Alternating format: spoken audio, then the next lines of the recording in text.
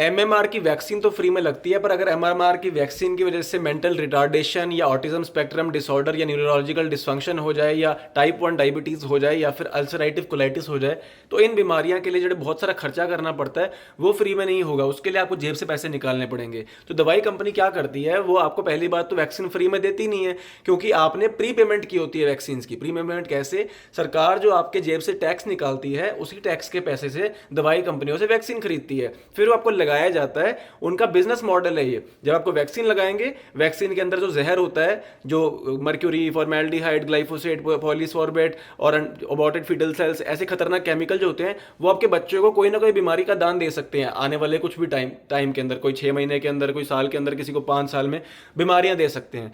उनका इलाज कराने के लिए आपको और पैसे दवाई कंपनी को देने पड़ेंगे। उनके लिए अगर टाइप 1 डायबिटीज होगी तो सारी लाइफ इंसुलिन का खर्चा होगा। इसी तरह अगर अस्थमा हो गया तो सारी लाइफ इनहेलर का खर्चा हो गया। इसी तरह अगर मान लो ऑटिज्म हो गया, दिमाग का न्यूरोलॉजिकल डिसफंक्शन हो गया, तो उसकी थेरेपीज का खर्चा हो गया। तो दवाई कंपनियों को और पैसा मिलता जाता है।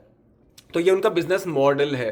तो आपको एक क्या ध्यान रखना है कि अमेरिका में अब इस टाइम पे जो अमेरिकन एएपी है, अमेरिकन एकेडमी ऑफ पीडियाट्रिक्स, उन पे केस चल चुके हैं। हम उन पे केस कर दिया 2 डॉक्टरों ने और 2 फैमिली ने, जिनके बच्चों की मौत हो गई थी वैक्सीन लेने के बाद। तो आप भी इंडिया में ध्यान रखो, जब आप वैक्सीन लगवा रहे हो कोई भी, तो उस वैक्सीन का बैच नंबर, लॉट इन्फॉर्मेशन, जो डॉक्टर आपको वैक्सीन लगाने को दे रहा है उसका नाम और पता, इसके अलावा किसके प्रभाव में आके आपने वैक्सीन लगाई, किसने आपको कहा था वैक्सीन सेहत के लिए अच्छी होती है, उसका नाम और उसका पता वो आपके पास होना चाहिए। ताकि जब आपके बच्चे को अगर कोई साइड इफेक्ट हो जाता है, तो जब आप सरकार पे केस ठोकोगे या मुकदमा चलाओगे, तो आपके पास वो इन्फॉर्मेशन होनी चाहिए। अगर वो इन्फॉर्मेशन आपके पास नहीं हुई तो कई बार कोर्ट में केस फ्लॉप हो सकता है। तो इसलिए अगर आपने मुआवजा लेना है, आपने केस ठोकना है, लाइबिलिटी क्लेम करनी है, तो आपके पास इन्फॉर्मेशन होनी चाहिए। बेस्ट तो यही है, समझदार बनो, द वैक्सीन क्राइम रिपोर्ट किताब पढ़ो और उसके अलावा अपने बच्चों को वैक्सीन से बचाओ, क्योंकि वैक्सीन का सेहत में कोई फायदा नहीं है, कोई फायदा नहीं है, उल्टा नुकसान बहुत तरह के हो सकते हैं।